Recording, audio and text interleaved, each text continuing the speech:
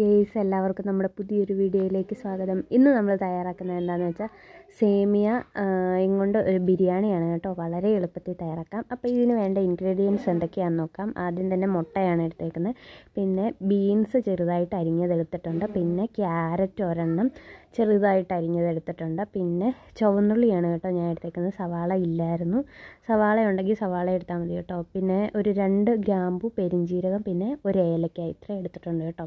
സേമിയ ഞാൻ എടുത്തത് വറുത്ത സേമിയയാണ് എടുത്തത്. നിങ്ങൾ വറുക്കാത്ത സേമിയ ആണെങ്കിൽ ഒന്ന് ചൂടാക്കി നന്നായിട്ടൊന്ന് വറുത്തെടുക്കുക കേട്ടോ. ഒരുപാട് അങ്ങ് ബ്രൗൺ കളർ ആവുന്ന വരെ വറക്കണ്ട, അത്യാവശ്യം നന്നായിട്ടൊന്ന് വറുത്തെടുക്കുക. പിന്നെ അതൊക്കെ എടുത്ത് മാറ്റി വെച്ചിട്ടുണ്ട്. ആദ്യം തന്നെ മുട്ട നമുക്കൊന്ന് ചിക്കി എടുക്കണം. അതിനായിട്ട് ഞാൻ 1 സ്പൂൺ എണ്ണയാണ് കേട്ടോ ഒഴിച്ചു കൊടുത്തേക്കുന്നത്. പാൻ വെച്ച് കൊടുത്തിട്ട് 1 സ്പൂൺ എണ്ണ ഒഴിച്ചു കൊടുത്തിട്ടുണ്ട്, വെളിച്ചെണ്ണ. അതിന് ശേഷം നമ്മുടെ 3 മുട്ടയാണ് കേട്ടോ എടുക്കുന്നത്. നമുക്ക് എന്തെങ്കിലും സേമിയാണോ അതിനനുസരിച്ച് മുട്ടയൊക്കെ കൂട്ടിയും കുറച്ചൊക്കെ കൊടുക്കാവുന്നതാണ് കേട്ടോ.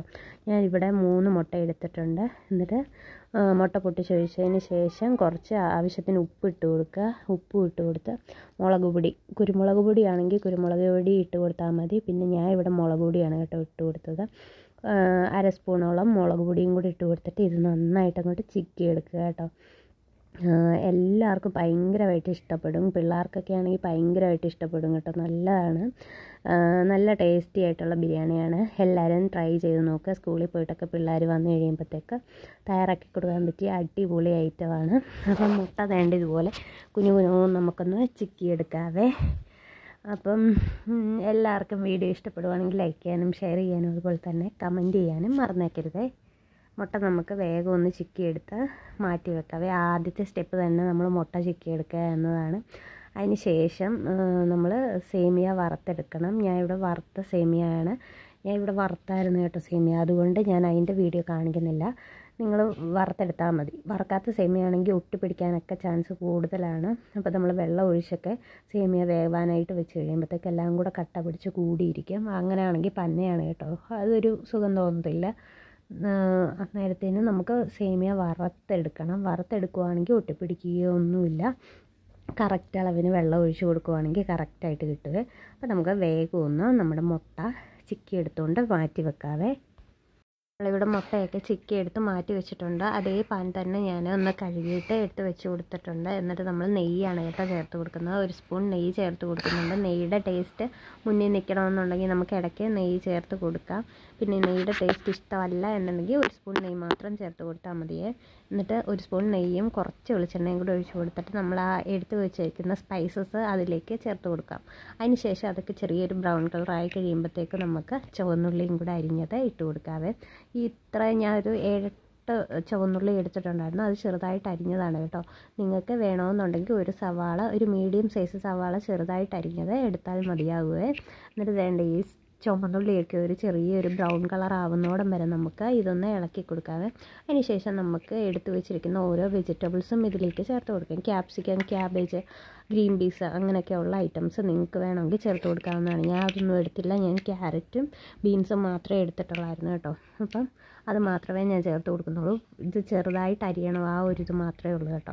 കുഞ്ഞു പീസസ് ആയിട്ട് അരിയണം. പിന്നെ നമ്മുടെ മക്കൾക്ക് ഇഷ്ടമുള്ള, അവർക്ക് കഴിക്കാൻ ബുദ്ധിമുട്ടുള്ള വെജിറ്റബിൾസ് എന്തൊക്കെയാണോ അതൊക്കെ ഇതിൽ ആഡ് ചെയ്ത് കൊടുക്കുന്നത് നല്ലതായിരിക്കും.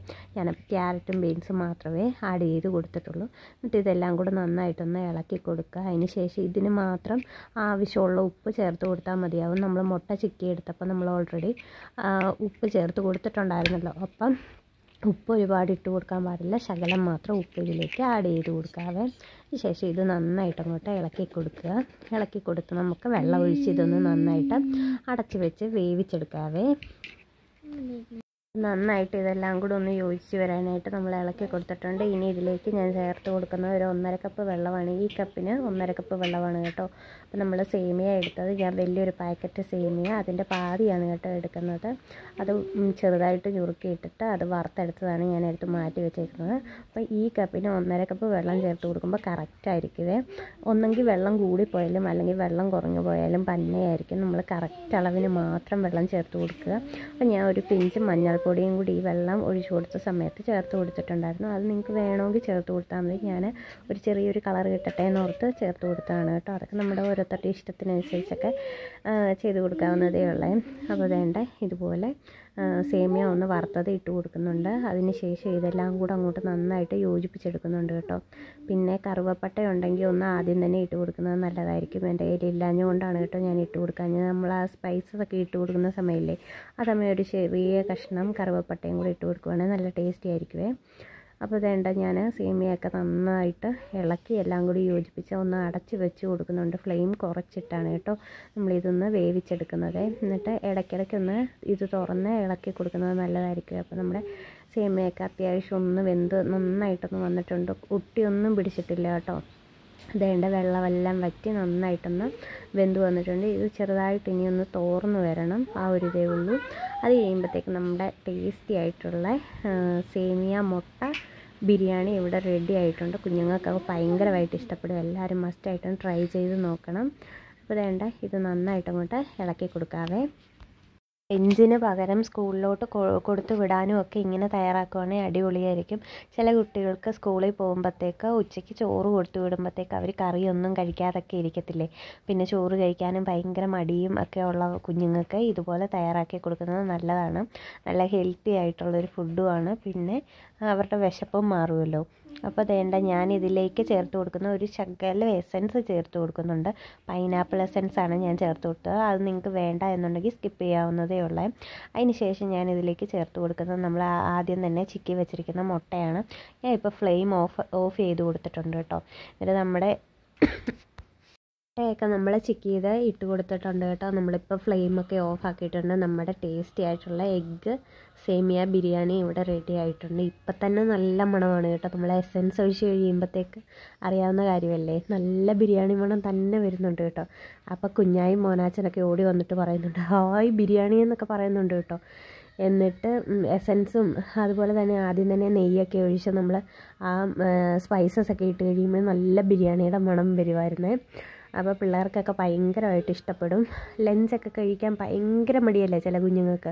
നമുക്കാണെങ്കിൽ ആദ്യമായിരിക്കുമല്ലോ സ്കൂളിൽ ചെന്നിട്ട് കഴിച്ച് കാണുമോ, ശകലവേ കഴിച്ച് കാണത്തുള്ളല്ലോ എന്നൊക്കെ വിചാരിച്ച് നമ്മൾ വിഷമിച്ചിരിക്കേണ്ട ഒരു കാര്യവുമില്ല. ഇതുപോലെ ഉണ്ടാക്കി കൊടുത്താൽ മാത്രം മതി കേട്ടോ. അപ്പം എല്ലാവരും ട്രൈ ചെയ്ത് നോക്കുക. കണ്ടോ, എൻ്റെ മക്കൾ 3 പേരും കഴിക്കുന്നത് കണ്ടോ, നല്ലതാണ്.